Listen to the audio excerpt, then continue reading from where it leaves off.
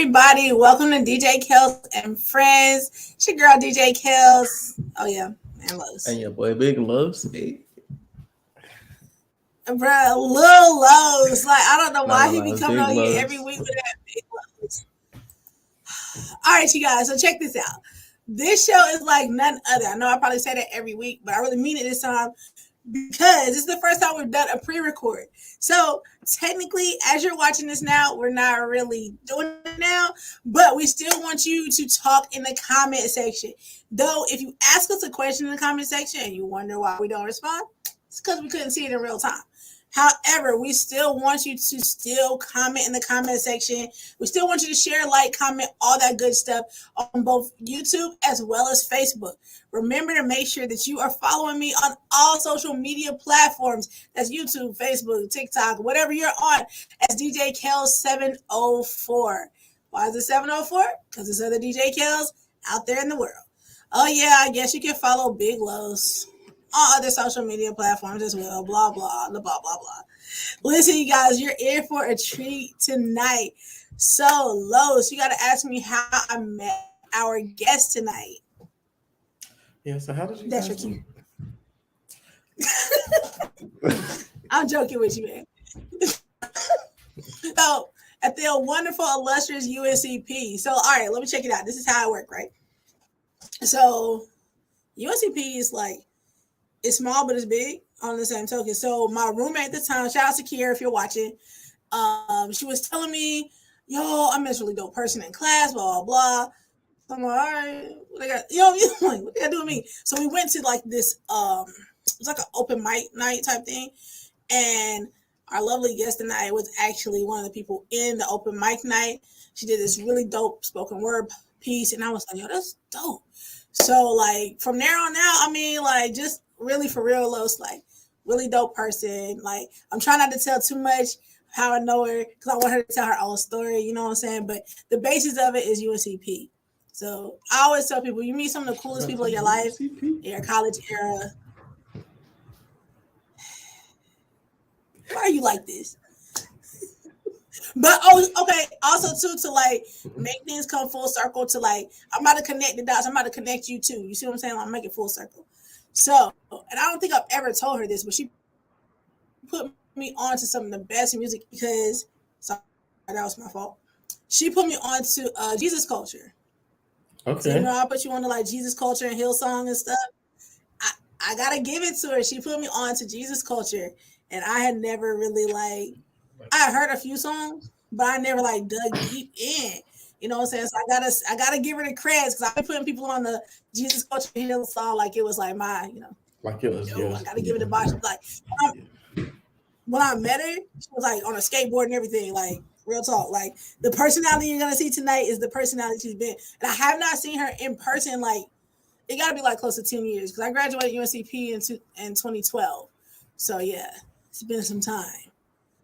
This is going to be a dope interview. And also, too, if you're watching tonight and, you don't know, it is National Poetry Month.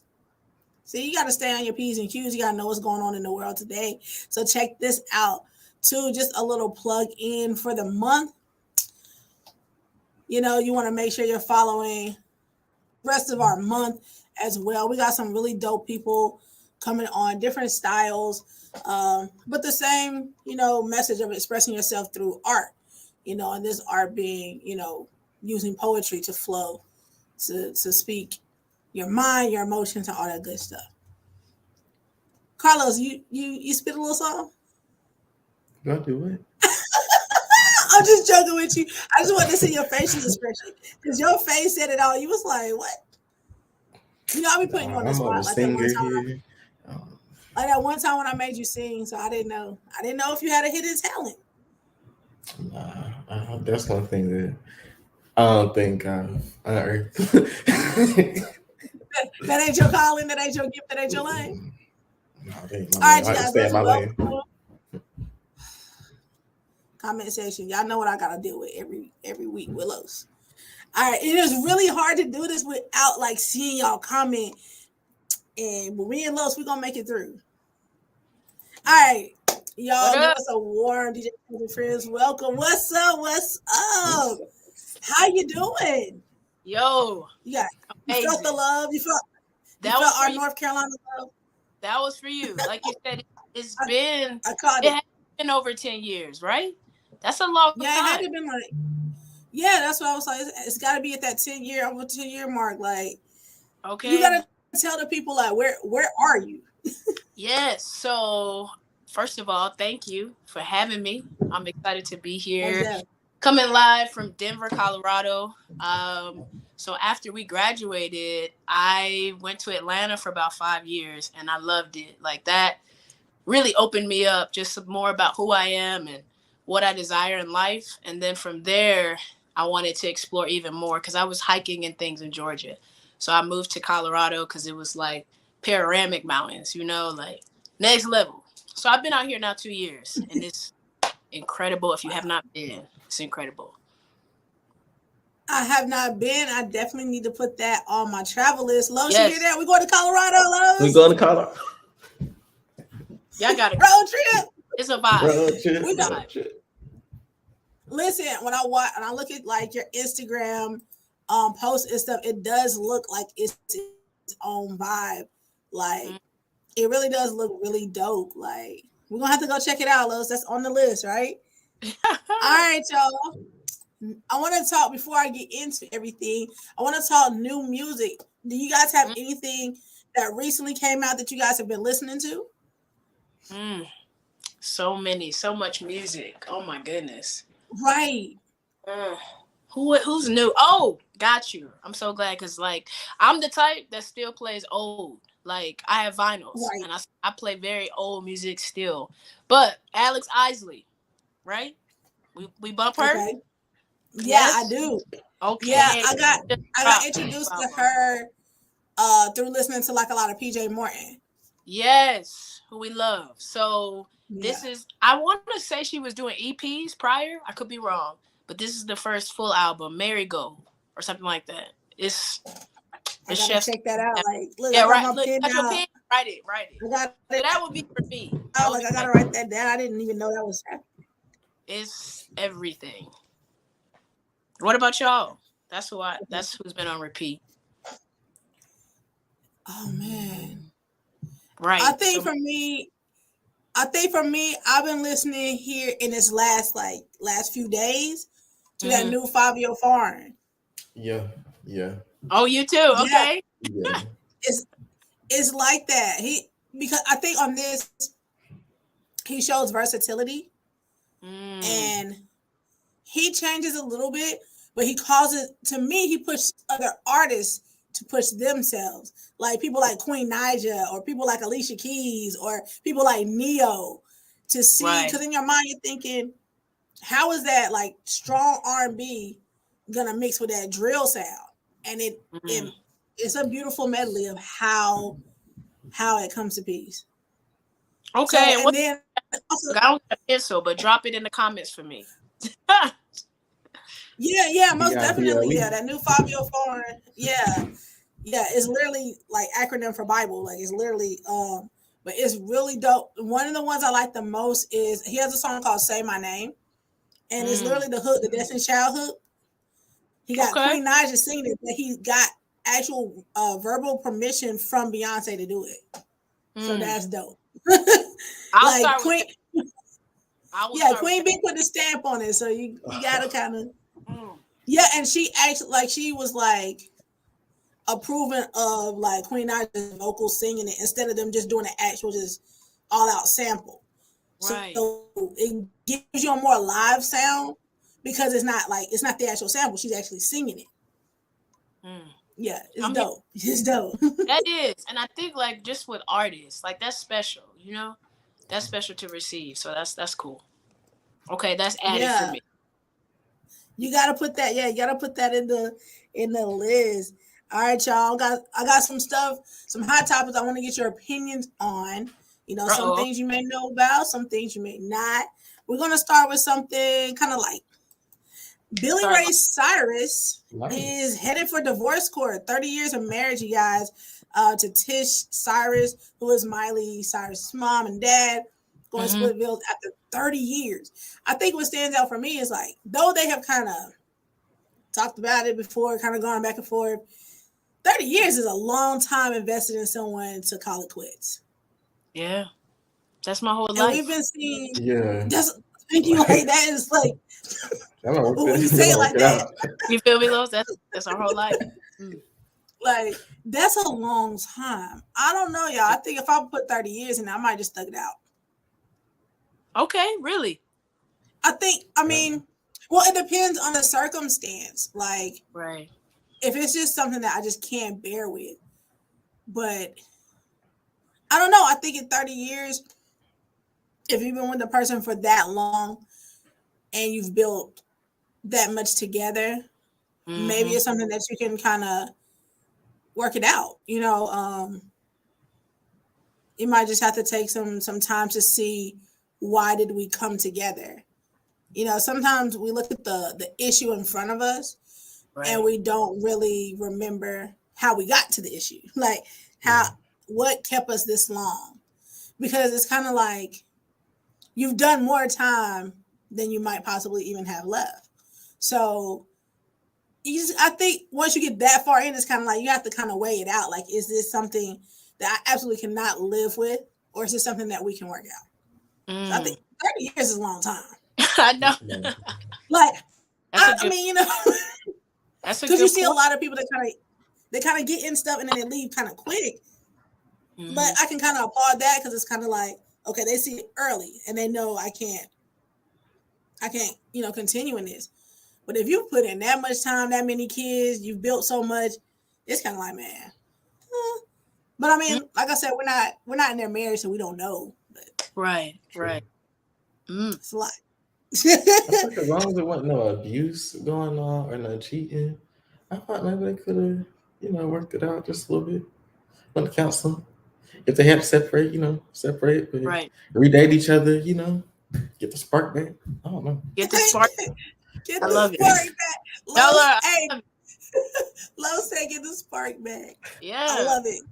Me too. That's true, man. A lot of people that lose that spark. All right, well, people that got the spark back.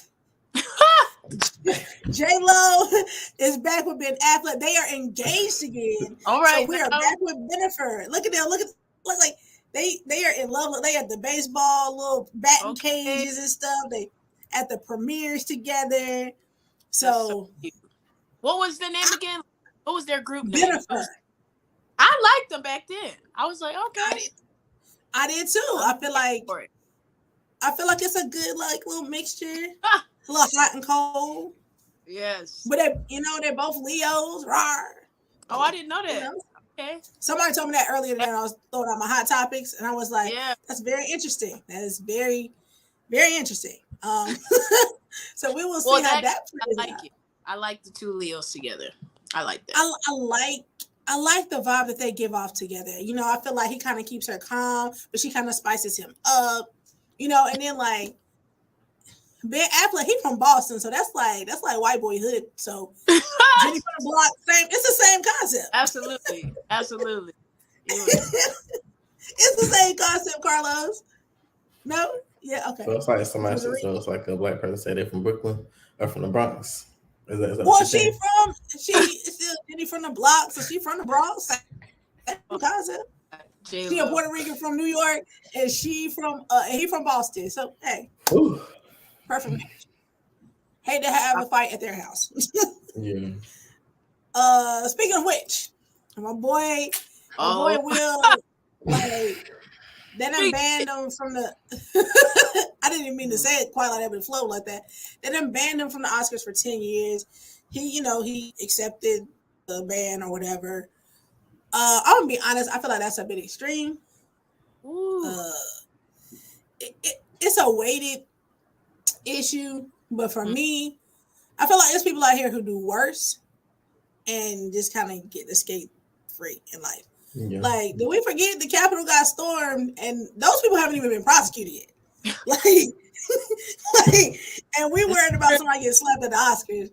Like, it's true. I feel like, yeah, there's still like, Yeah, like that's 10 years banned from the Oscars. Like he can't even like do a red carpet. Like he can act in any movie in the world. I know he'll never receive a nomination because he can't go to the Oscars for 10 years. That's a lot. That is. And you said he accepted it, so that means like he could have rejected it. So he was like, okay, that's fair. Right, okay, so yeah, he accepted it. So I didn't even know that he had that option. But I read something that said he accepted it. I was like, I don't think he had much of a choice, but hey. Also, what else y'all got?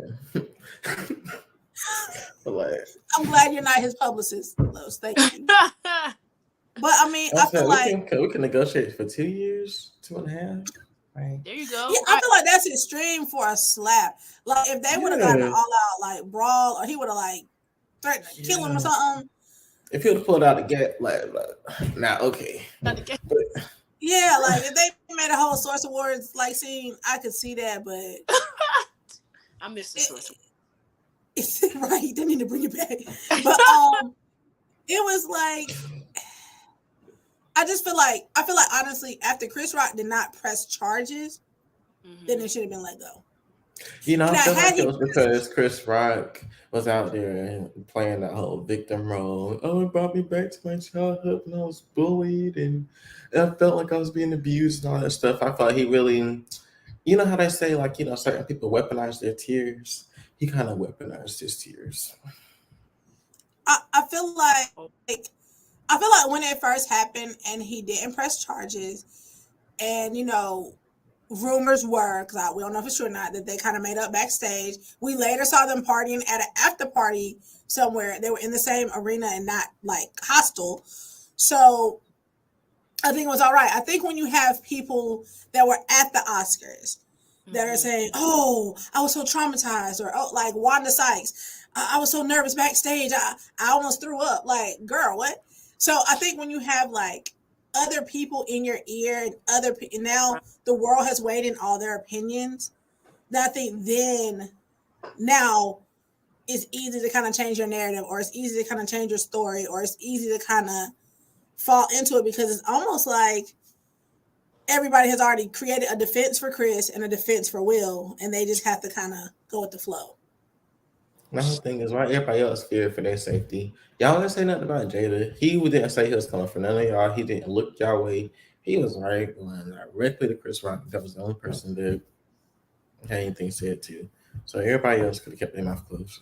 Yeah. According to all these other people, they were so traumatized, and they don't know if they'll ever come to an Oscars. I've seen people say, Jim Carrey, like he's not going to do another movie again. Jim Carrey, baby, you have been funny since the 90s. Like, wait a minute, I love Jim. Wait, I love Jim Carrey too, but it's like, come on now, Jim gives us like a movie past the 90s. You done took his whole 2000 career. Okay. Well, I'll give him like the early 2000s. Like Jim gives us a certain type of comedy. So yes, how can I say this nicely? The films that Jim Carrey is in, they're not getting nominated for an Oscar anyway. So, bro, what? But no, I mean, like, this is true, they might get like Golden Globe, like they might get an Emmy, they might get like, you know, best comedy or something like that. But they're not gonna get like motion picture of the year type. Right. You know, you ain't acting your heart out. So it's kind of like, huh? That was an unnecessary comment. Like, I think we start having like all these extra people weighing in, and it made it last longer than it should have. Like, we're still talking about the Oscars, and we've already passed the Grammys, so like that's ridiculous. I feel like it lasted longer than it. I can't remember the dude's name, but somebody was like, they felt like Will should give his Oscar back. Yeah, I've been hearing people say that. I can't think of his name. Y'all updated me. I did not know. And it wasn't anybody like from the Academy or anything. It was like another celebrity, and it was just like, right. Look, we're glad to keep you in the loop of as to what is going on. Yo, you're hilarious. Speaking of in the loop, our girl Jasmine Sullivan celebrated her 35th birthday over the weekend. She looks amazing. I picked a good picture. She looks amazing. And she finished her tour this weekend as well. As she finished her tour, two very prominent celebrities that were in the audience having fangirl moments were none other than Megan Thee Stallion and JT from the City Girls, who then partied with her at the after party. They, as you can see, they had a great, lovely time. You can look at either one of their stories on Instagram. They had my girl Jasmine twerking in the club. I ain't never seen that side of Jasmine. Like Megan Thee Stallion and JT done brought it out of her. Like yo, I was like, not Jasmine. They had Jasmine driving the boat. I said, Lord. Yeah. But I feel collabo coming out of that now. That might be something interesting.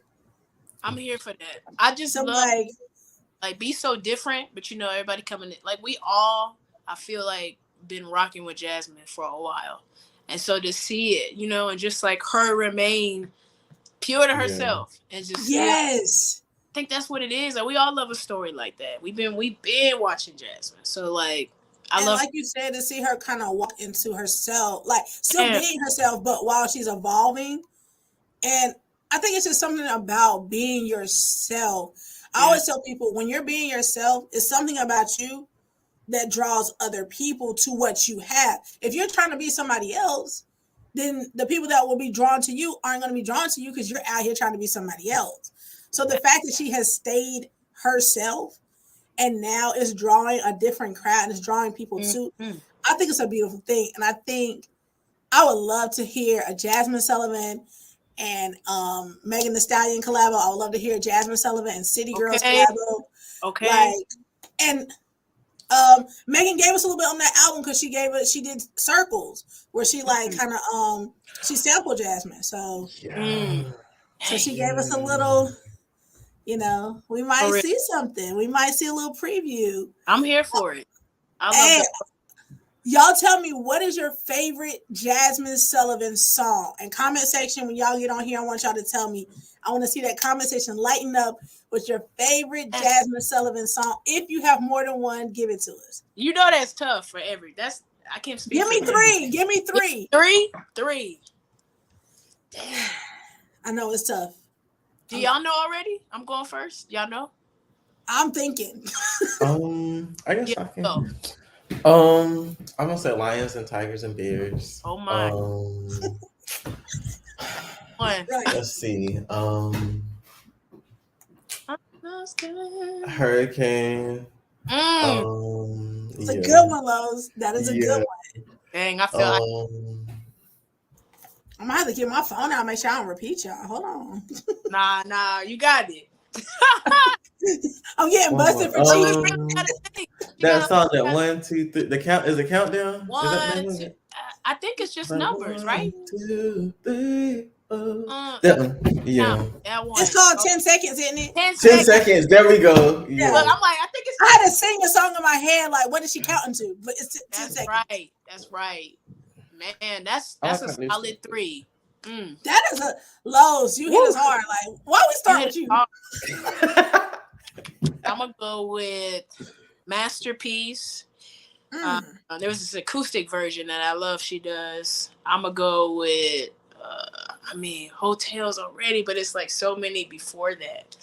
Right. So I said Masterpiece. I'm gonna go with. Damn, this is like real tough. I kind of want to put 10 Seconds on mine, but then In Love with Another Man is just, that's got to be in my top 3. Y'all gonna start taking out my top 3 because I have to. Bro, we don't have to say. We might. She got so. And then I really dig the joint. What's the Jasmine one I kept on repeat? It's probably this new one too. Is what's the one, y'all, that we kept hearing but it never gets old? The new one. I can't think of it. Pick Up Your Feelings, or y'all know? Is it Pick Up Your Feelings? It's another one. Okay, let me see. Did the what came out around the same time? Hold on. I noticed Bodies. And I'm not using my phone, so I'm like, I'll try not to. I'll try my hardest not to. But the other one, which was still like new, they're all good. I want to put Stupid Girls on there. It's so many. They're all good. You got Bodies. Own It, Put It Down. You got all of them. I'm gonna take your 10 seconds. That'll be my 3. Because there's all right. Let's see. I would have to go over here on Google. What you got? No, you know what? I'll put my phone down. That's all right. I want to because you have things, so I'm glad you got your phone. Let me see here. So many good I would have to go with.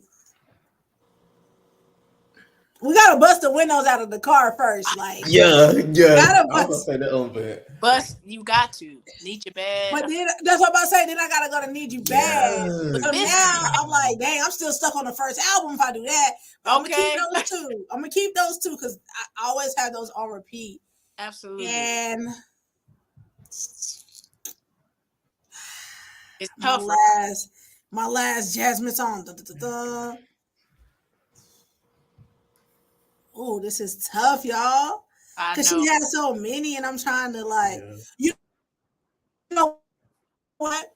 This is gonna be out the box. But I gotta say, I love Jasmine's voice on Outlaws with Rick Ross. Okay. What? Yes. I love what she did to that hook. On. So I gotta put that on there. Rick Ross. That's my album. What? Yeah. So I gotta. I think the combination of us and whatever the comment section is saying is I had 1,000 honorable mentions, but I have to put those come on. Put those on there. All right, y'all. One more birthday this weekend was none other than Babyface, who turned 63. This man turned 63 and still got a baby face. What? 60. Babyface is in his 60s. Yo. Legend him. That's amazing. This man, he doesn't age. Amazing. I did not know. He doesn't age. So, all right, y'all got any favorite Babyface songs? Ooh. I can't think. I'm hearing in my head. Whatever the joint Fantasia sang by him, when Fantasia did his rendition. I don't know which one it is. I can't tell you. I think I know what you're talking about. Bro, yeah, whatever one. Right, I had to pick up my phone. I had to pick up my phone for this one, y'all. Yeah, I'm glad I got your phone. But he's literally written everything in the world. Not Whip Appeal is not my favorite. When can I see you? Soon as I get home. That ain't what I was going for though. DJ Kels says maybe I was going for the first thing I said. That album him and Tony did. The one with him and Tony Braxton? Yeah. I mean, and the dude writes for everybody under the sun. Everybody. If you never had, that was one of my favorite verses, Babyface and Teddy Riley, because if you didn't have one of the two writing or producing for you, then you just throw your whole career away. Just throw the whole career away. They literally the GOATs, for real. Mm-hmm. I ain't gonna see this song with Wayne. Wait, what was you saying, Los? I ain't gonna see did a song with Wayne. Yeah, that's what I'm saying. He got songs upon with songs. Wayne. I didn't know that either. What song with Wayne? Yeah, what's the name of it? Responsible. Do I know that? No, Comfortable. It's on that 2008 album. Okay. The Carter 3. You know what? I know my favorite song, y'all, by him. It's called Every Time I Close My Eyes. It got a Kenny G little hook in the middle. Listen, every time I close my eyes, it goes hard. I played it the other day at a wedding. So when I was playing the song, that's what I reminded. I was like, wait, I just played this song. So yeah. Every time I close my eyes by Babyface and Kenny G, that song goes hard. It's a classic. So I know people that are watching our show tonight that are older. They're like, yo, no, Babyface, y'all too young. Right. So I know, your whole. That's what I said. No, it's no shame. We're showing our age tonight in a good way. Speaking of which, y'all, okay. Now, I always say this. I feel like when people are talented, especially in the arts or any type of creative gift, that is also multiple things they do. So you might find somebody, they might rap and they might produce, right. Or they might draw and they might, I don't know, sing. So one of my favorites, y'all, one of my favorite rappers for real, none other than Tip T.I. Harris is trying out comedy. Now here's the problem. He was in the Barclays Center. He was doing a performance, and the crowd just booed him like crazy. Like they were booing him. So what he did to kind of bounce back from the boo was he went to the DJ. He was like, I know what I do. I got an advantage over these other comedians. I got an advantage. So they started playing one of his songs, and the crowd gets hyped. And he was like, man, I thought I would. And he cut the music, and he goes back to the jokes. And it kind of made them laugh and kind of lighten the mood. Right. So he did like an Instagram live with Michael Blackson.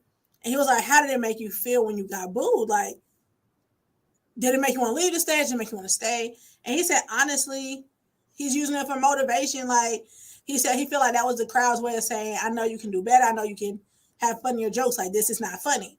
So he actually is using it for fuel. But what do you guys think of when artists are trying to cross over to other fields? So, like, you got the rapper trying to be a comedian. Or, like, sometimes you see, like, actors or whatever. You see people kind of crossing over. Right. What do you guys feel like as it pertains to that? I've seen T.I. doing more like playing the piano or doing like a clarinet, Not going to the piano. I'll see him being a comedian. I mean, because even from his shows, like his reality shows, most people that like go into being a comedian, they're kind of funny and they're like the stars of their shows. And it was more like, I could have seen Tiny being like a comedian, but we laughing at her, not with her. That's terrible. the wrong answer.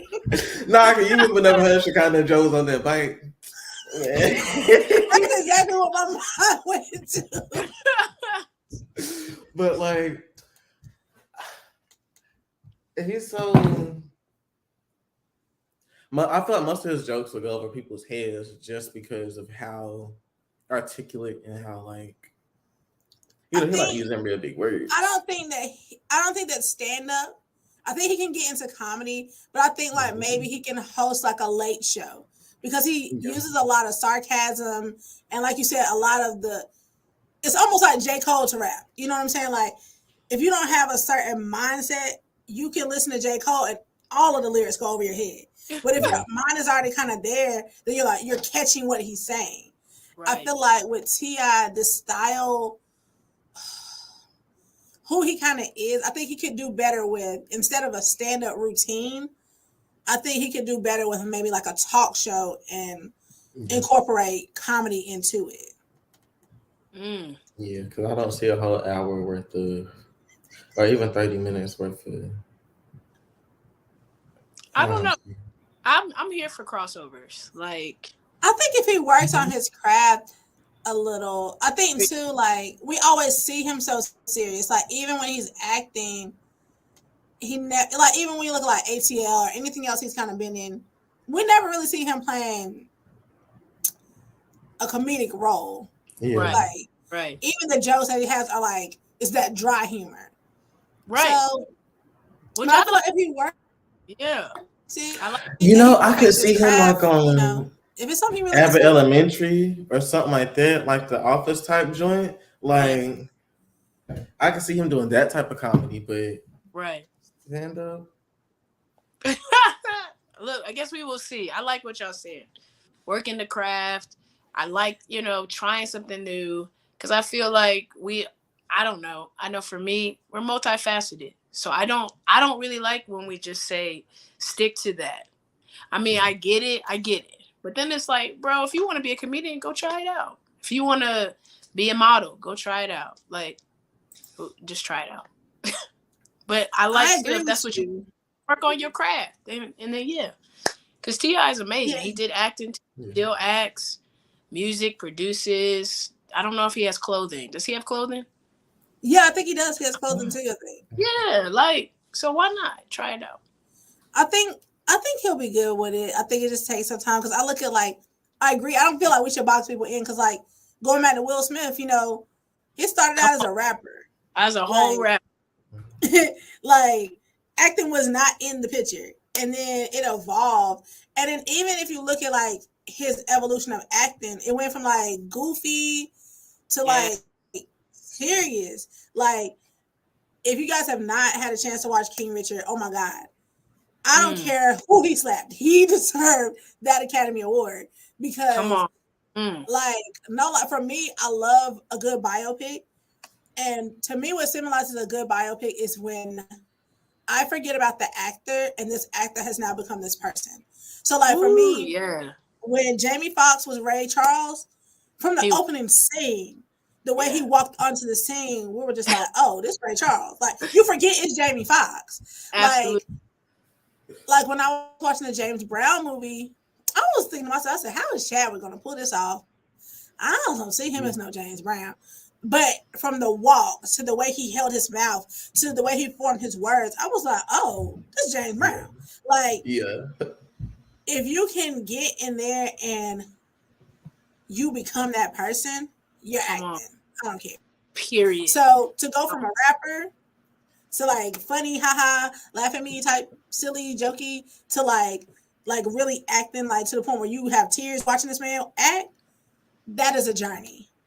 And I feel like, you know, if it's anything somebody puts their mind to, they can cross over and really accomplish it. We've seen it. So if you get booed, that's a part of it. That's all right. Like you said, he's using it as fuel. I love it because I didn't know that. I think you almost need to get booed when you're crossing over to another arena because you're so used to being so good at what you naturally do. Yeah. Like he's used, like if he would have got booed rapping, he probably would have came back with another bar. Like, but he's in something that he's not normally in. He's like a fish out of water, and now he has to build up to be the best at that. You know, he's already good at what he does over here. Now you have to build up. You're not just gonna come over and already be on top. It don't work like that. So I know it's a couple of comedians somewhere in between Atlanta and some other places that I feel like he could really like sit around and, you know, like take their advice, you know, like get like a mentorship going where you can really, like y'all were talking about, like work on your craft. Like mentor, definitely.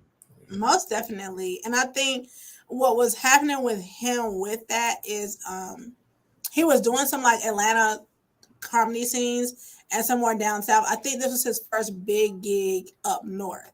So sometimes just knowing your crowd. So something that was funny in Atlanta might not be funny in New York. They might be looking at you like, that ain't funny. You know? They're seeing everybody, you know that. That's so true though. That is so true.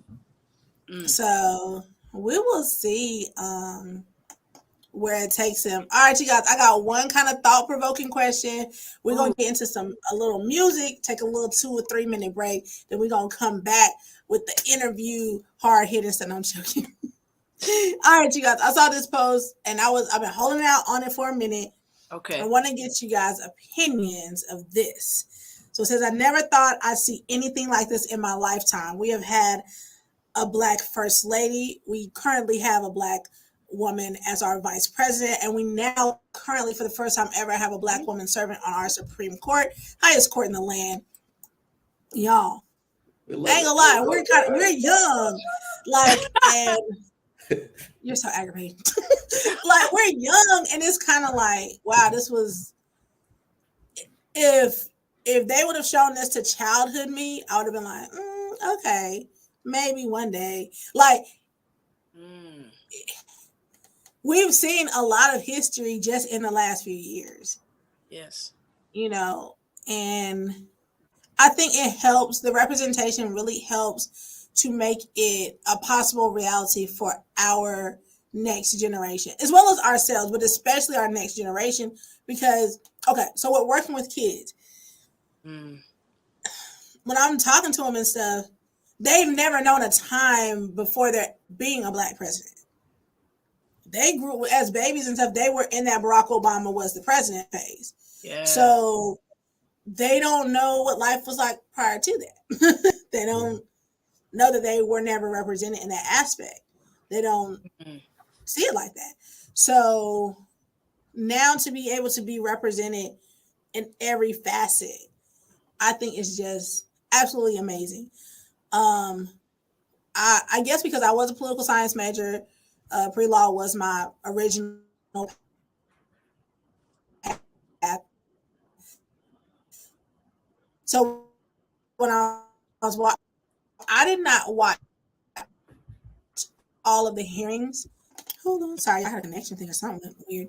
But it was very hard to watch, like the parts that I did catch, Right. because when the person being interviewed is more qualified than all of the people that are currently serving, as well as all of the people that are questioning, and the trickery in the questions, and the process was drawn out way longer than it's been before. It was hard to watch. Like, and to watch this woman try not to cry or try to keep her composure, try to remain professional. I think it was just a constant reminder of our everyday lives. And Los, even with you being a male, like it, you have to be like overqualified. You have to be like jump over all these hoops and still have the possibility of not landing it. And it's just like You it's know a what I'm tough world that we live in. Like, even though we see this representation, it still is currently going.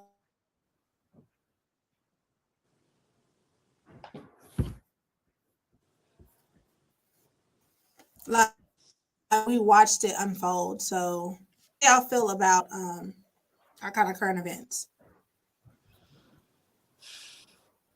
Hmm. You said a whole word. I'm just like I'm thinking with your kids, like not knowing prior, right? Like that's it's pretty significant. I feel I'm thankful for the time we live in because I feel like our generation, millennials, like we really have like the grasp of all aspects of like being innovators but holding on to some aspects of tradition or some aspects of like the what is it before us, I can't remember who were before us, but just how they lived, right? And then now we're growing up with Generation Z and what's happening, and we got to see a black president. We've got to see so many things, and we're not even mid-30s. saying? So I'm Right. amazed by it. I'm amazed by it. I'm amazed by all of it, to know how far we have come and still how far we have to go. But to be present where we are right now is significant. Like I'm here for it. And I don't know. It's a lot shifting energetically anyway, so I'm not really worried about. Like I'm gonna be honest. This is really fun for me because I live under a rock. I really do. So I don't watch the news. So I don't really know. And that's by choice for me. So like what I do know and what I do decide to read and kind of be invested in, I'm just like everything. It's our time. It's always been, but it really is our time. Like nothing can stop us anymore, really, if anything. So just like I think we're starting to see that, and representation is everything. Because if you just see one person, like for me, Maya Angelou was big for me. Was there a whole list? No, but now we got Amanda, who just opened up. Second, I think she's the third person, but second black person. So like we here. And we need to Yeah. talk about that more. Like we're here, we're representing, and we're paving the way for so many more. So I'm just like I said, I'm just thankful to be here at this time. Even this, look at us, all three. Right. Like that's amazing. So It is. And I think too, seeing us in a place where we're uplifting one another that's the and part. not in competition and not trying to tear each other down. I mean, we still have Part, that, but absolutely. just getting that mindset of, let's go laugh when I say this quote because of where Okay, I got it from. But we do it better when we do it together. Like, absolutely. it's like very cliche-ish, but it's very much the truth. Like, once we get that concept of working together, Yes. conquering it together, like sometimes you have to wait your turn and let somebody else shine for a minute and just help uplift one another, Right. shed light on what each other has going on, instead of just like hogging up the spotlight for you. Like, because at some point in time, your little light is going to dim. And if you didn't do anything to help uplift the next person, who are you going to pass the torch on to? Right. A whole Like, yeah. like we were saying earlier, mentorship is very much important. While you're coming up, help somebody else to come up too and train them, because there's one thing I learned from one of my prior mentors. It's something about the second man behind you. Mm, Like, because when you're that second man position, you can see the mistakes the other person made. And you don't have to repeat the same cycles because you saw how it played out for them. Mm. You know, so I think it's very important that we keep uplifting one another. Yeah. And like you said, I love that. Like it being broadcast. Like that's what we're seeing. Even going back to Jasmine, you got Megan at her show, Homegirl from City Girls. Like that, we're seeing that more. Because again, all that other stuff is still happening. It is what it is. But that now we're taking the attention from that and we're putting it over here is such a big shift. Because now that's what we're talking about. Not that. Right. So Right. And when we shift like that and we focus on the positive, we can get way more done. When you just sit and waddle about what's wrong, you don't get anything done except for just moaning and complaining. You know what I'm saying? Like, absolutely. you just stay in that, like uplift one another, move with positivity, and just like let it happen. Let it unfold. Yes, yes. A word. Also, even from like a, me being a psychology major, we like some of the classes that I've been taking like have kind of dealt with like a lot of like developmental things with children. One of the studies they did were like draw a businessman or draw a political person, and it didn't matter if they're male, female, black, white, whatever they were. Everyone always drew white men in business suits. And so for me, the whole Kamala, Kentanji, and Michelle Obama, that representation is so important because it gives that now we have other things to represent. Like, like now we don't have to just say, okay, if you're drawing, like draw a political figure. Now the little black girls can draw those black girls. They can see themselves in that position. For the black boys, they can see Obama in that position. And it's not just having to look up to, rappers and actors and stuff like that. Now we can see ourselves across the board in different aspects and different lanes. Mm-hmm. And you know what? Even with that, Los, that you said, I always try to tell like my kids at the center, like, don't let people rob you of like your education and things like that. Because I said some of your favorite rappers that you just love, you see this image of them. This is a persona that they've created. This is not them Monday through Friday, honey. These people are college educated, they own businesses, they have multiple streams of income. Like, and I tell them, I said, pick your favorite rapper and I can tell you something they do that is not, all these things they rap about. And just because somebody is rapping about, various things does not mean that it's the lifestyle that they are currently living. They might come from real experiences, but they might not currently be doing those experiences.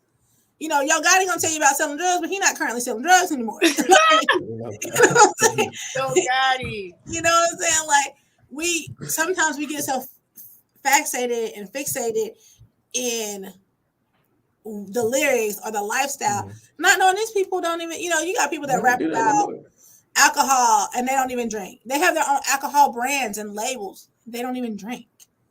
You know what I'm saying? Like you got people with their own, whatever you can think of, and they don't even partake in the things that they're selling. It's a business. Right. And so a lot of times, we get caught up in what we see on the surface and haven't dug deep to see who the real person really is. Drops the good stuff. I know, right? Drops the mic. Speaking of drops the mic, you didn't know this, but you see, you actually like queued me up to where we're going. So we're gonna take our first break. Well, really, our only break of the night. If you're watching tonight, of course, it's a pre-recorded show, but we still want you to stay tuned and keep all of that good stuff. I got some music for you. I'm gonna take you back in time. Okay. I didn't even know that this was like. I was gonna find a live clip, right? But I was like, no, I want that crisp quality. So I'm gonna take you back in time. You ready to go back in time a little bit? Let's go back. Let's go. Look at Lowe's like, let's go back. You wasn't even, well, you was born, but you was like, she was in like middle school or something. I'll just play with you. All right, we're gonna go back to some spoken strings days, right? Oh, we're gonna go back, and I'm gonna play Help thou my Get out.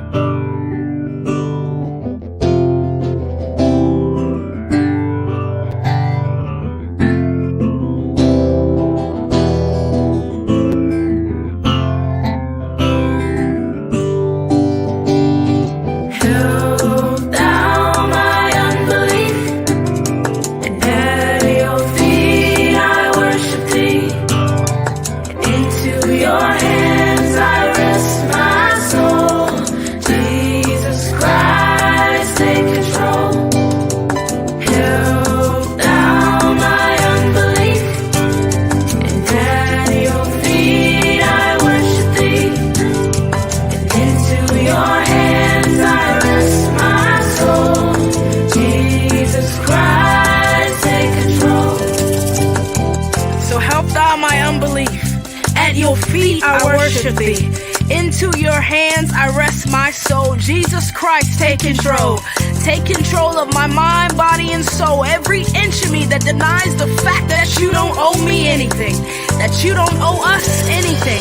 But in actuality, we owe you everything. Because every dream comes from you. Every breath we breathe comes from you. The fact is, if you want him, he's here.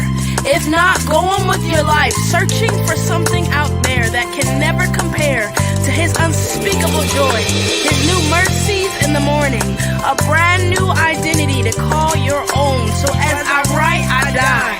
I leave my soul to these pages. I leave everything I owe to these pages because I grow with these pages and express my love to these pages is all she wrote.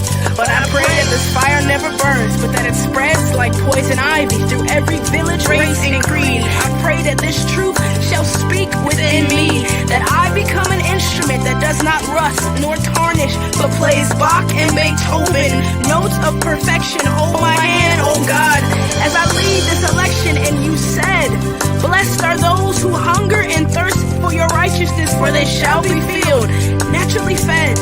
So my prayer tonight is that we all become so broken that we naturally beg.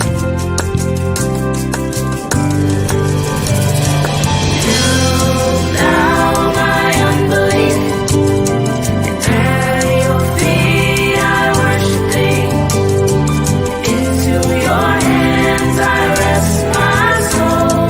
Jesus Christ, take control. So help thou my unbelief, and at your feet I worship thee. Into your hands I rest my soul. Jesus Christ, take control. All right, you guys, we are back. You took it back. I took it back. Listen, I didn't even know. Like, okay, first of all, I had the CD. That's back when you was buying CDs. I had the CD, and so I always had the music, but I didn't realize until I was preparing for this that it was on the streaming sites. It's on the streaming sites. I forgot. Yes, but I know we had a band camp. We had a dope YouTube. I mean, and it's still accessible. But yeah, that's a nice throwback. Yeah, that was a dope throwback. That was a dope era. I always thought that was dope with like the music and spoken word like meshed together. Like that was really dope. Thank you so much. Me too. Like, yeah. In college, we just I'm gonna tell you. I'm gonna be honest. I was having a rough week, and On Your Word is what really got me through this week. Like that joy right there. Search My Heart too, but On Your Word got me through this week. Like, for real. Wow. Los, I got you, Los. I got you. Because he like, you got the matter of fact, Los, I'm gonna bring it full circle. So Los, I want you to remember when I first met you, Los, and I was a youth leader at the church, and I was throwing the concert. That was originally going to come through and be on the concert. So you would have kind of got it in person, but you didn't. Full circle. I had to bring it full circle. I had to make Los feel like he knew you. You know what I'm saying? So I feel the love though. But yeah, it's so a quick this is what let me see how I don't even know how I want to start this. Let's start from the beginning. Let's Okay. tell the people who you are. Okay, who am I? I love Who this are question. Well, my name is Basia Rose Maya, right? And my poet name is Bounteous Basia. So I am many things and still just here. So I write. I call myself peace poet. I call myself a wonder writer. I call myself a sacred speaker. I feel as though my family is everything to me. I love them. They keep me going. And I'm a person that truly believes in love, but not, not this mushy love or love that's conditional. And I've been there too. But I really believe in love, and I really every day intend to be that love that I want to see, or that type of harmony community that I was looking for. And then I realized, well, who better than to start it than me?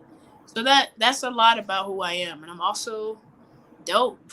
I love life.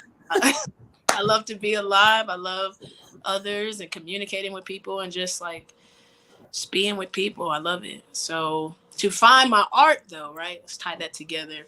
A website is coming, but right now, best way to kind of stay in contact with me is through my Instagram, which is Bounteous Basia is the handle. And just stay tuned. I have so many projects that I'm excited to. I'm in position now. I'm full now to share those things. I feel like when you first played that was a long time ago. And those songs are still so alive. But that's still a different era of my life. But even then, it's still love. I think love just continues to heal us, continues to direct us, So yeah, that's who I am. It's a journey, I feel like anybody that creates anything, life takes them on a journey and you take a little along the way.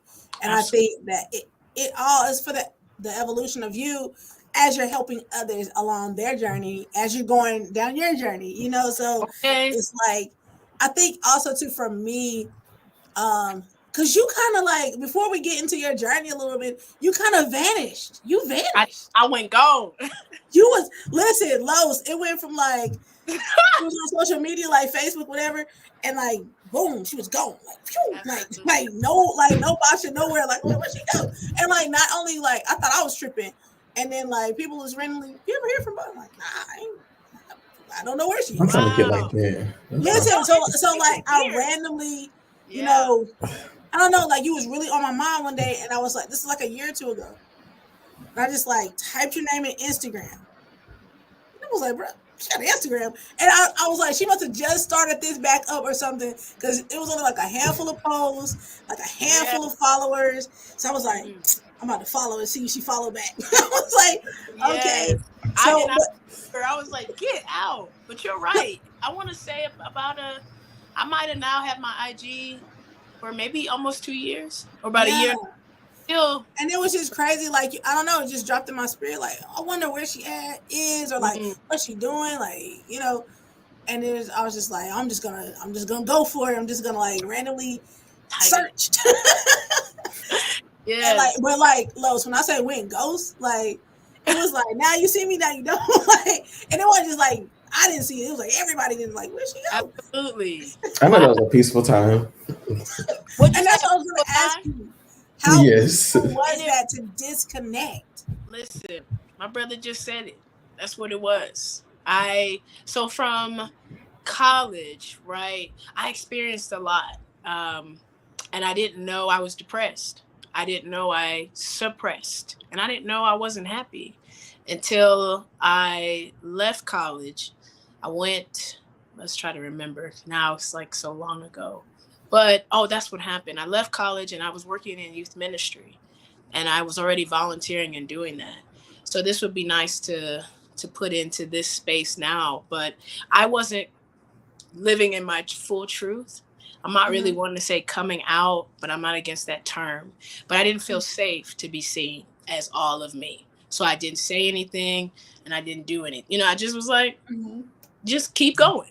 And then try to dress and don't give off too much. But that's difficult to do.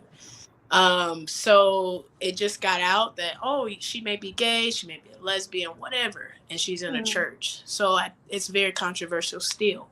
So I was asked to be removed, and that was probably the first time that everything came up for me, like everything that I repressed over my life. And I'm like, it's even bigger than this. I'm still dealing with things from my childhood. So that's kind of where I was going. That's kind of what my headspace was at that time. And then I just was like, okay, I was in North Carolina. I said, I'm just going to go to Atlanta. And I had my siblings there. So I still have family. But that's when I felt safe enough, like, okay, I'm queer. This is me. I'm out. I'm going to start working. I'm going to just do something else. And that's what began to happen. But during that time, I wasn't writing. I wasn't doing any of my passions. I just got into work and just kind of felt I could start living a safer life. So I say all that to say I didn't feel the need to be on social media. I didn't really intend to like go ghost, but it just kind of happened. And then once I looked like, oh, wow, I'm beginning to find myself. There is now peace because now I think you're kind of like, I think that you needed that though. I think sometimes people need to disconnect in order to connect.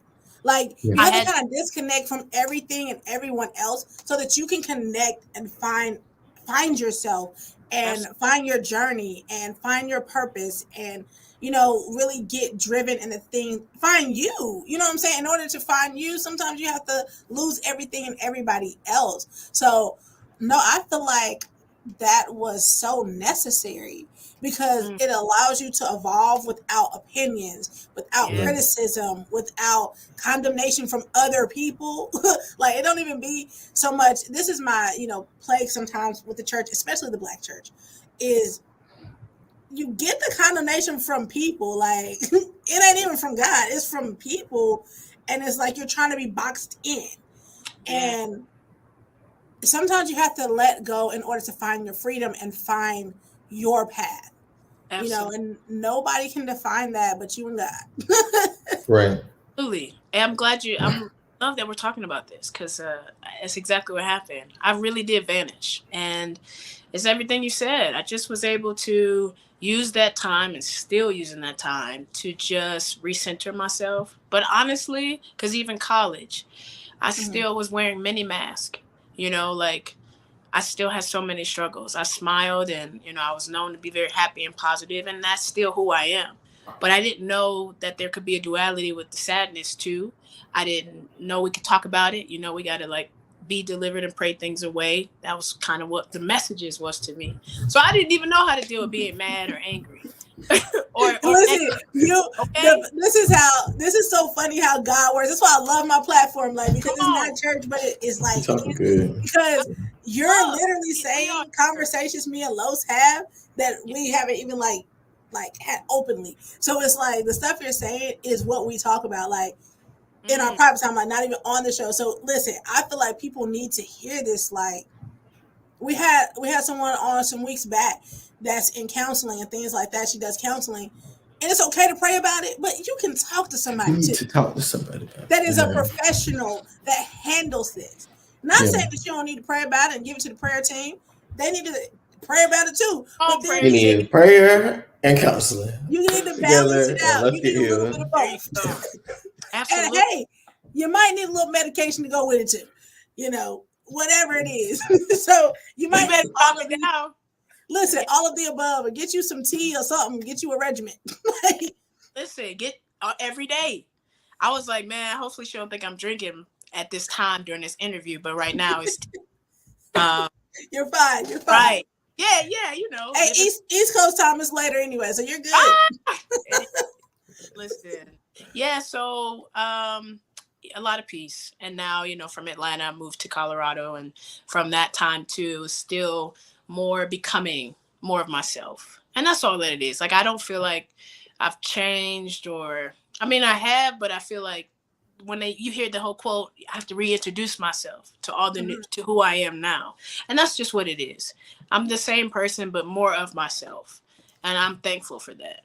Well, when I found you on Instagram, you look so free and happy. Like it was just like, oh, she looks so free. Like she just looks so happy. Like, you know, Thank so you. I think big ups to you for finding your happy. Like, you know, because so many people go on, like look at somebody like Robin Williams.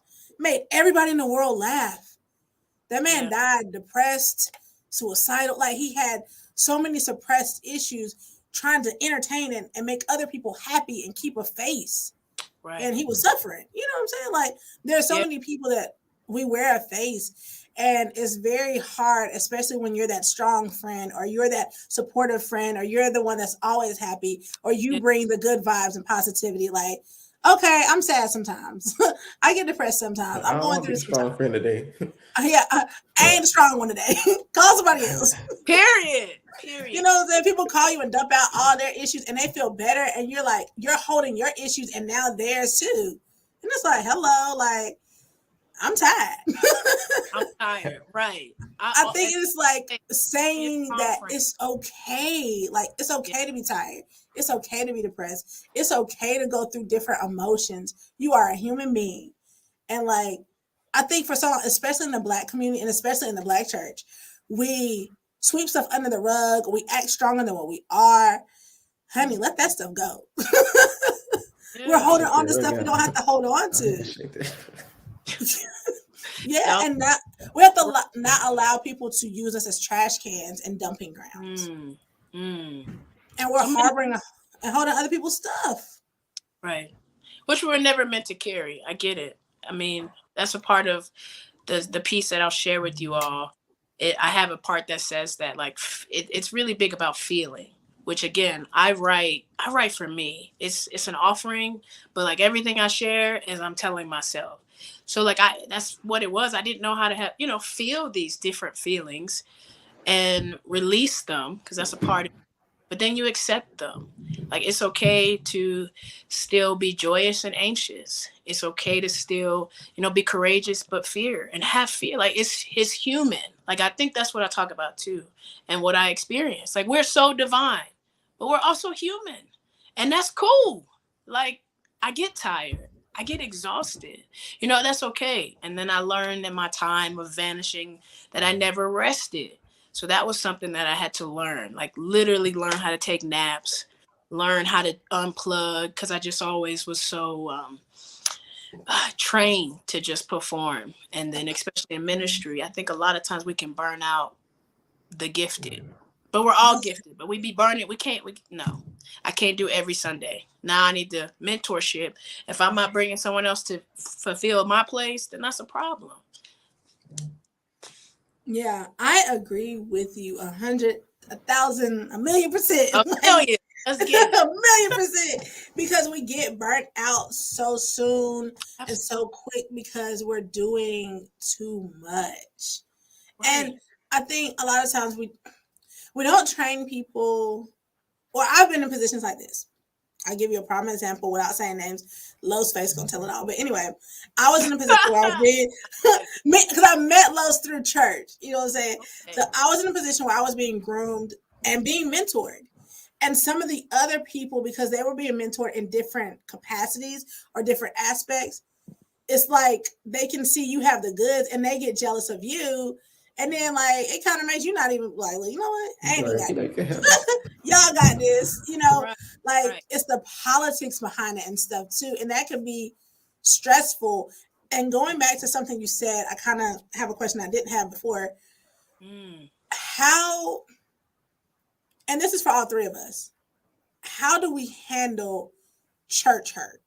Because a lot of times I think people like to pass by like, oh, there's no such thing as church hurt. Yes, it is. If I got hurt here, then that's where I got hurt. And it's real. It's a real thing. It's a real emotion. It's real. And it can deter you a lot of times from things because it's like, I didn't even ask for this. Like, you know what I'm saying? Like sometimes you can feel attacked even, or belittled, or, made to feel small in a place that's supposed to heal and uplift and, validate. and speak life into you, it's like it can be used as a place to drain you. Like I've literally been in a situation where, I was in a little situation, you know what I'm saying? And not the lead pastor, she knew what was going on, but like somebody, like a support person, like made like threw major shade from the pulpit. And I was like, bro, I didn't know if I want to cry or square up with this dude at the church. Right. Like, it's like people will use your story or what you're currently going through as a punchline. Like, I literally see why Will Smith slapped somebody at the Oscars, because, like, you're not going to use my storyline as your punchline. Say that. I that. get punched. I shoot them. But, like, people say things that can be very hurtful from a place of position and a place of power, and it causes other people to treat you some type of way. And that is not Christ-like. You know what I'm saying? Like, you're sitting here like, what in the world is going on here? So, as being kind of in that millennial kind of age range, how do we think our peers as well as ourselves are handling these mishaps in church? And comment section, you guys too. Comment section. Yeah. Wow. Off the dome, I feel like this conversation is attributing to less church hurt, because, like I said, I don't, only probably my tribe and village know what happened to me. I haven't gone on my Instagram and expressed it. Like, so I vanished because I was removed. And then that's what started this, like, okay, well, who am I if I'm not that? Or, the different things that I was called, belittled, humiliated. I didn't get to say goodbye to my youth group. Like, I got a case. So I had to, one is this, having conversations that it does exist, and that it's going to exist because we're people. We're people, and we're still, trying to be Christ-like and be the best that we can be. But when we don't talk about it and make space for people who have been harmed and hurt, then it's going to continue. So I feel like just what we're doing right now, talking about it, you sharing your experience, like no one should have to go through that, or what I had to go through, right? So the more we talk about it, the more we make space for it. And also, because of what happened to us, now that's what I want to be. I'm a safe space. I make sure people feel safe. And that's what the church is. It's not a building. It's you. It's me. It's when you're at work, when you're taking out the trash, people remember those interactions. And the more we talk about it, it gets exposed. Anything. I so agree with you. Like, being that safe place. And it goes back to what I was saying about that second man. Like, sometimes you see with the first set of people, the first generation, how they handled something. Yeah. And it makes you go, okay, I know how that feels because it hurt me. And I don't want to inflict that pain on people, and reminding people that, we have to treat people how Christ treats people. Right. Not how we think, or not some doctrine we made up, or not what we feel, but how does Christ love? And I tell people all the time, we have to show love. Not talk about it, not yell about it. We have to show love. Like, the Bible says that through love and kindness, that's how you draw. You can't draw people by being mean and being haughty and, being offensive. Like, you have to show love. And I think that, the church just has to kind of refocus on being that safe place, being that hospital, being that place where hearts can be mended. We get beat up enough Monday through Saturday, we get beat up enough on our jobs and wherever else. We don't need it on Sunday mornings, Wednesday Bible night, we don't need it at Bible school. And, we don't need it there at those places. Very true. Yeah. I feel like you should go in, preach the word. If somebody feel convicted by it, they'll change. If they don't feel convicted by it, you did what you were supposed to do, and you go on with your life. You don't have to, like y'all were saying, you don't got to beat up people from behind the pulpit, because, like you said, everybody ain't gonna handle it that same way. Like, not from my personal experience, but a family member of mine, somebody happened to say a couple of offensive words through the pulpit once they walked in, and it was geared towards them. And their whole crew was ready to walk up on the pulpit and whoop her tail. Like, it was I had to bad. be like, no, Bad y'all posture. just go ahead and leave. It's okay. Right. Just go ahead and leave. Because it's like, you have to watch what you say because you don't know how much they're carrying. Like, you don't know what's going on. They came here. What if you were the last person? This was the last place I was coming to before I decided I was gonna off myself. Now you'd have contributed to that instead of helping me, instead of just loving me through whatever I'm going through. Like you said, it's like in the Bible, Jesus hung around everybody. He didn't be like, "Oh, I'm not gonna hang around you." Like, he showed love. Like, let's walk in love. And like I was saying, have that safe space. Just be open to talk. You don't have to judge people. Like, I feel like Black churches especially are quick to judge. Like, and it's like, that's not your job. That's not your job to judge. And Your what job. I've noticed too, a You're lot of times when people are like that, they're trying to cover up something in their life. You know, it might not be the same things, but it's something like, why are you so hard on people? Like, bro, what you got going on? Like, Yeah. every sin is equal. One sin is not greater than the other. So just because somebody out here might be living a gay whatever lifestyle, how about you deal with your lying? How about you deal with your evil spirit? How about you deal with you stealing from the people? Like, there's a lot of different things going on. And it's like, how would you feel if you were judged by the exact same standards that you're judging someone else by? You know, like, Right. Yeah. Yeah, it's one of those discussions that, like, you know, I can talk about it all just day.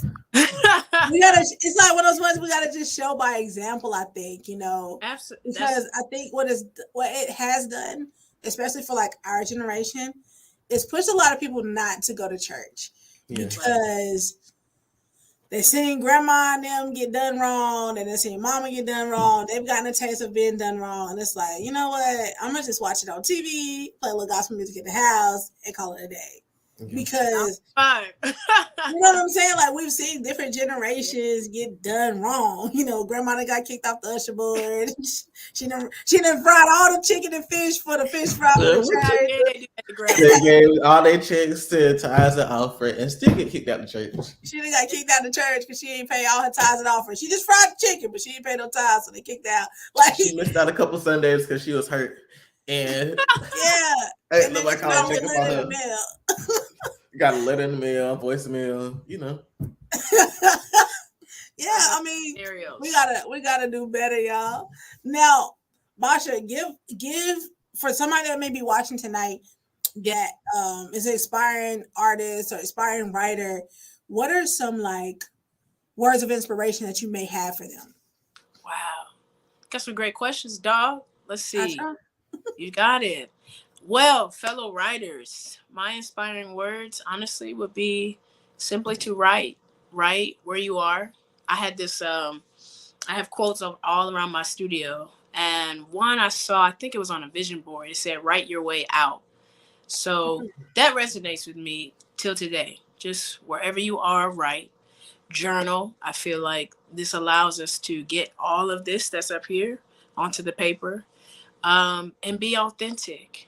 Be authentic. I had no idea that people will rock with my writings and my poems like they do. This is just how I write and what speaks to me and keeps me going.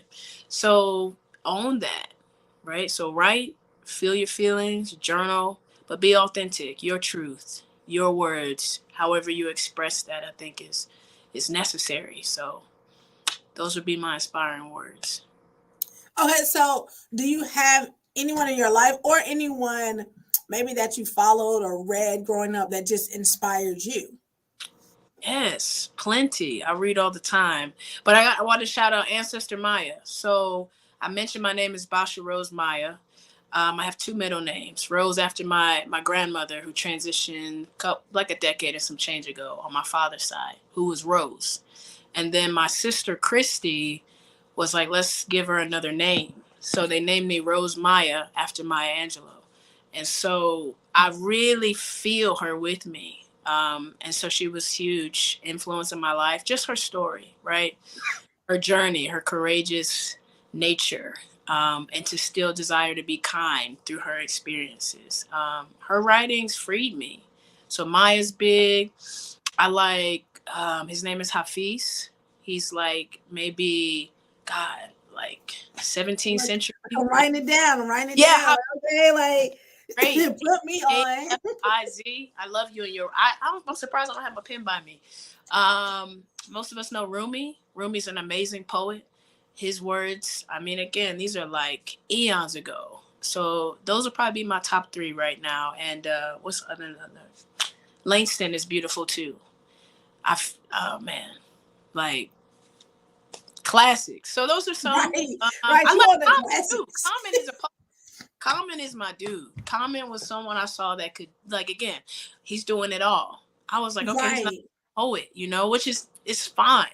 But I also have other things that I love to do and that I enjoy doing. So Common was big for me too, like middle school, high school, like common sense back then. So those are, right. I was like, yo, everybody cool with him?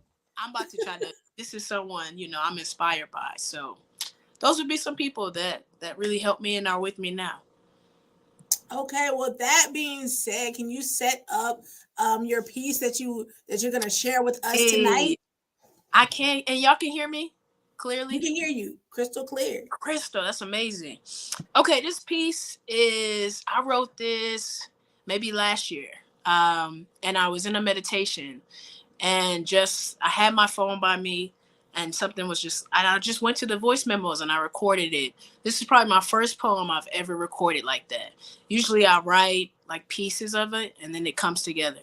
But this was the first one that was like channeled just from the beginning to the end. So it's a special piece. It's called Have You Seen the Grass Lately?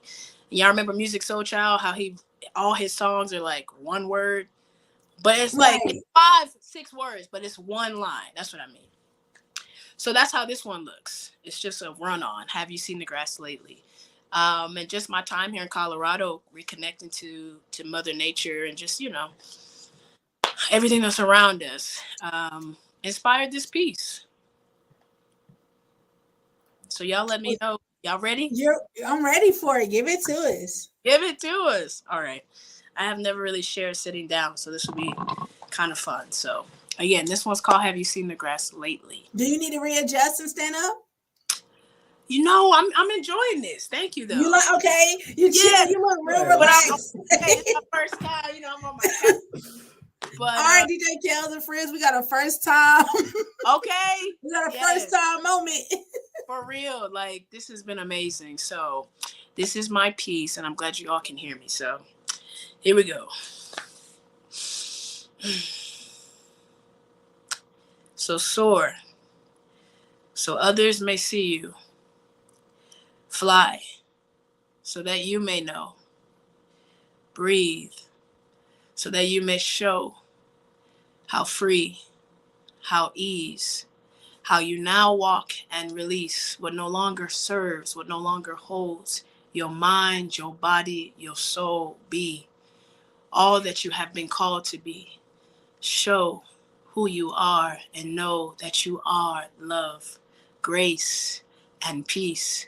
Swiftly dance on the floor as the rhythmic beat of my heart flows, for you are joy. You are light.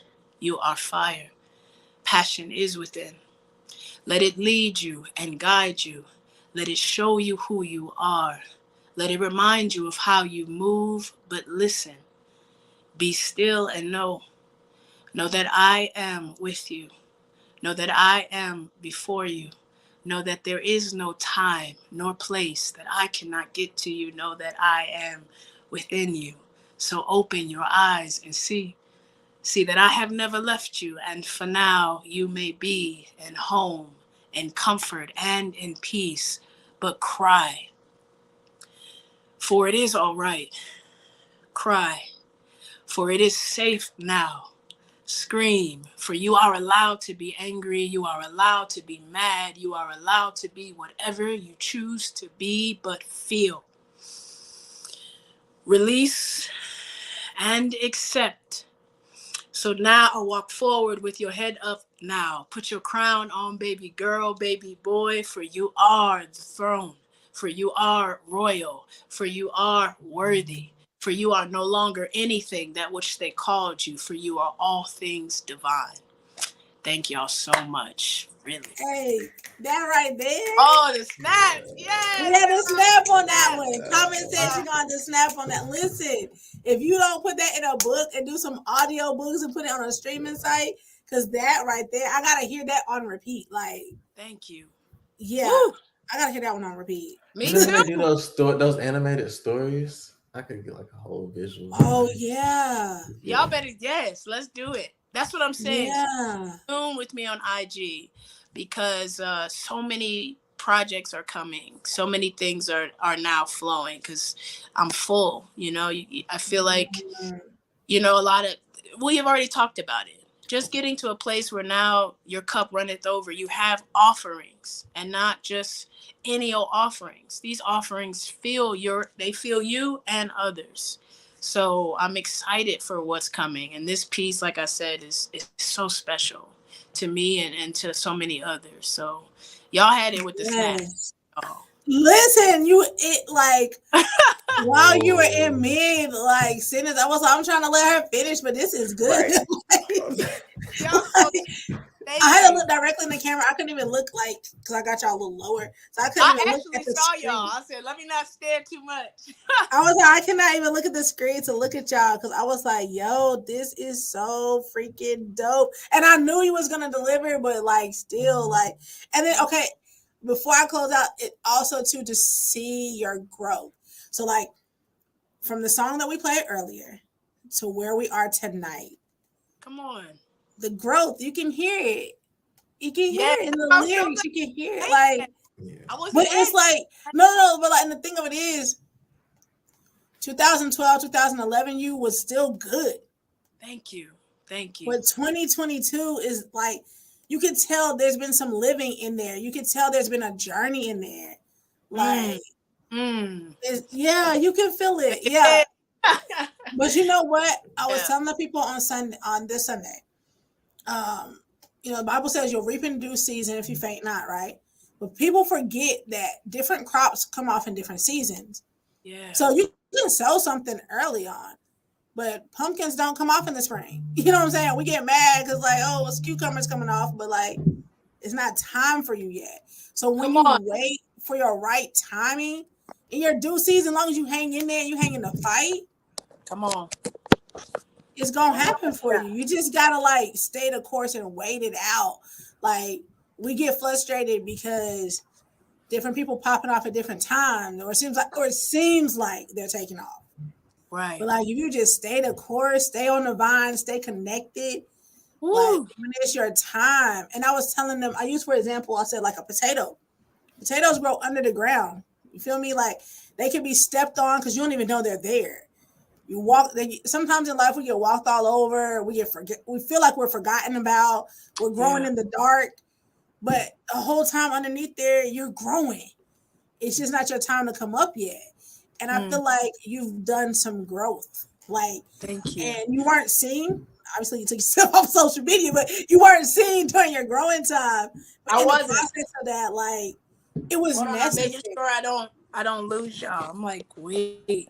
Where's my? Oh no, you're good. You're good. You're good. No, girl, we on 2%. Oh, we gotta wrap up then. But your growth, you can see it, you can hear it, and we're here for the journey. Los, make sure you follow her. Everybody else watching, I got a contact. You don't even let me just move. Let me just move. You're so sweet. I know we're still wrapping it up, but I don't want to. Wow, that's crazy. I guess we are wrapping it up. My phone. Y'all, okay, it's at the bottom of the screen. Y'all follow her. Make sure that y'all are didn't want to charge. Journey. But I wanted to tell you. Can you still hear me now? And where we hear you. You're good. Okay, awesome. We had to move to an outlet. This is live and real. I'm here for it. I'm not sure I had a setup over there, but no, you know what? We can still see it. We see books. We see plants. We see it all. Yes. So you see where the growing has been happening. That's good. You see my space. And I want to, because this is something I do, because I know what's before me, and I see such a bright future, but also a bright right now. Love is a keeper. When I say love, I say God. But love, like again, when I started, like really, we hear it. But when I really was like, okay, how do I love myself as I am? Not how I want to be or my bank account, because that's important to me. Material wealth is important to me. Emotional wealth is important to me. All these things. So it was just like the journey. But it's like you're saying, like, stay the course, even the days you don't feel like it, which I don't always feel like it. But I remember my faith because I had it in college too. So yeah, I was experiencing a lot, but I still knew that there is something greater than me that loves me, regardless of anything else. So it just helped me to write again. And like you said, the growth, I appreciate that because it just kind of happened. When you play that that I was about to say crap, that clip. When you play that clip, it just brought back so much to me because again, yeah, I felt good then and I felt that was my truth then. And it's so beautiful to just, listen to yourself or look back at your old self and just still hold space for that version of you too. It's important. Yeah, it's an evolution. Yeah. It's a journey, and things happen for a reason. And sometimes we don't understand it in that moment. But sometimes we don't even understand it when we flash back. Like, why was I doing that? Like, what was I on? But like, it's necessary. Still, yeah. It makes you the person you are today, and somebody else you're going to encounter is going to have a similar journey and they're going to need your experiences to help them through theirs. So I'm a firm believer everything happens for a reason. Absolutely. Me too. All right. Well, listen, stay right there. Don't go anywhere. We're going to say bye to you for now, but Okay. don't go anywhere. All right, y'all. If you're watching, make sure that you are following. Make sure that you're liking, commenting, sharing. Yes. We're going to say bye to our special guest for now. Los, what did you think of tonight's show? That was dope. Yeah. It was, I told you, it was dope. All right, y'all. Listen, make sure you're following us for next week. We got Q Stars in the building, the one and only You're Enough. Mr. You're Enough. Mr. Positivity, Mr. NHA. Listen, y'all want to stay tuned for next week's show. Don't forget to follow, like, share, comment, all that good stuff.